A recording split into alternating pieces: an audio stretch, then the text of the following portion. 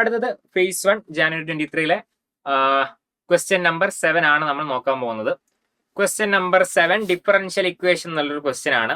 Differential equation ഇവിടെ തന്നിട്ടുണ്ട്. അങ്ങനെയാണെങ്കിൽ π⁴ ഇൻറ്റു y/π/3 എന്താണെന്നുള്ളതാണ് ക്വസ്റ്റ്യൻ. അപ്പൊ ഈ ഡിഫറൻഷ്യൽ ഇക്വേഷന്റെ സൊല്യൂഷൻ കണ്ടെത്തണം. y എന്താണ്, അതായത് f(x) y എന്താണ് കണ്ടെത്തണം. എന്നിട്ട് π⁴ ഇൻറ്റു y/π/3. അപ്പൊ ഇതാണ് തന്നിട്ടുള്ള ഡിഫറൻഷ്യൽ ഇക്വേഷൻ. ആ ഡിഫറൻഷ്യൽ ഇക്വേഷനെ നമുക്കറിയുന്ന വേരിയബിൾ സെപ്പറബിളോ ഹോമോജീനിയസോ ലീനിയറോ ഒരു ഫോമിലേക്ക് മാറ്റണം. അപ്പൊ അതിലിപ്പോ dy ഒരു ടേമിൽ dx വേറെ ടേമിലാണ്, dy/dx ഒന്നുമില്ല. അപ്പൊ നമുക്ക് അതിനൊരു സൈഡിലേക്ക് എടുത്തിട്ട് x⁴ dy ഇതിവിടെ, മറ്റേത് മൊത്തം അപ്പുറത്തെ സൈഡിലേക്ക് കൊണ്ടുപോവാം. -4x³ y +2 sin x, +2 അല്ല, അത് -2 sin x ആവും. -2 sin x അതിന്റെ കൂടെ dx. ഓക്കെ, ആ dx-നെ ഡിവൈഡ് ചെയ്യുന്നു. dy/dx x⁴ അപ്പുറത്തും ഡിവൈഡ് ചെയ്യുന്നു. അപ്പൊ -4y/x -2x/x⁴. ഓക്കെ, dx ഇങ്ങോട്ട് x⁴ അങ്ങോട്ട്, dx ഇങ്ങോട്ട് x⁴ ഇങ്ങോട്ട്. dy/dx ഇനി ഈ ടേം ഇപ്പുറത്ത് വരുന്നു. 4y/x =-2 sin x/x⁴. ഇപ്പൊ ഇത് നമുക്ക് അറിയുന്ന ഫോമിലായി, ലീനിയർ ആയി. ഇപ്പൊ ഇത് ലീനിയർ ആണ്. dy/dx + p × y = q എന്ന് പറഞ്ഞ ഫോമിലാണ്. ഓക്കെ, അപ്പൊ ഇവിടത്തെ p എന്താണ്? p = അവിടെ y കഴിഞ്ഞ് ബാക്കിയുള്ള x-ന്റെ ഫംഗ്ഷൻ ആണ്, 4/x ആണ്. ഇവിടത്തെ q = -2 sin x / x⁴ ആണ്.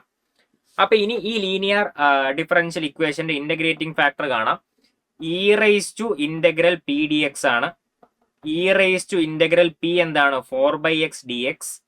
അപ്പൊ ആ 4 അങ്ങ് മാറ്റിയാൽ 1/x-ന്റെ ഇന്റഗ്രൽ ആണ് അവിടെ ഉള്ളത്, അത് log x ആണ്. ഇതിന്റെ മേലേക്ക് കയറുന്നു. e⁻log x⁴ = x⁴. Integrating factor x⁴ ആണ്. അങ്ങനെ ഇന്റഗ്രേറ്റിംഗ് ഫാക്ടർ കിട്ടിയാൽ ഈ ലീനിയർ ഡിഫറൻഷ്യൽ ഇക്വേഷന്റെ സൊല്യൂഷൻ എന്ന് പറയുന്നത് integrating factor y into integrating, ഇതിന്റെ സൊല്യൂഷൻ എന്ന് പറയുന്നത് എന്താണ്? y into integrating factor = q integral q into integrating factor. Integral q into integrating factor into dx ആണ്. അപ്പോ that is equal to y(x⁴). that is equal to y(x⁴) integral q എന്താണ്?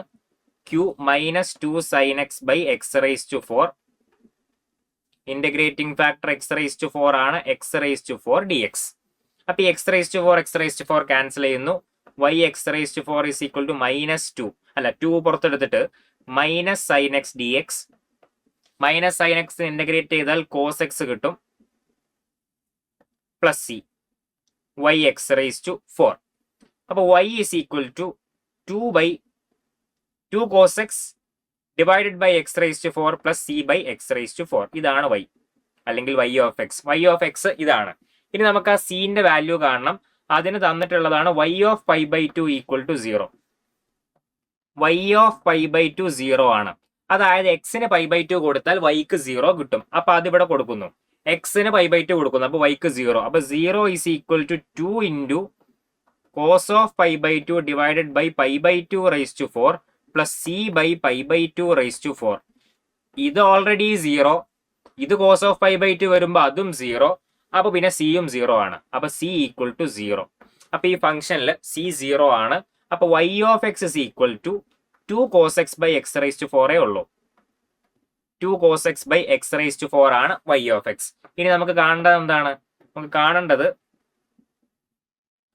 π⁴ × y/π/3.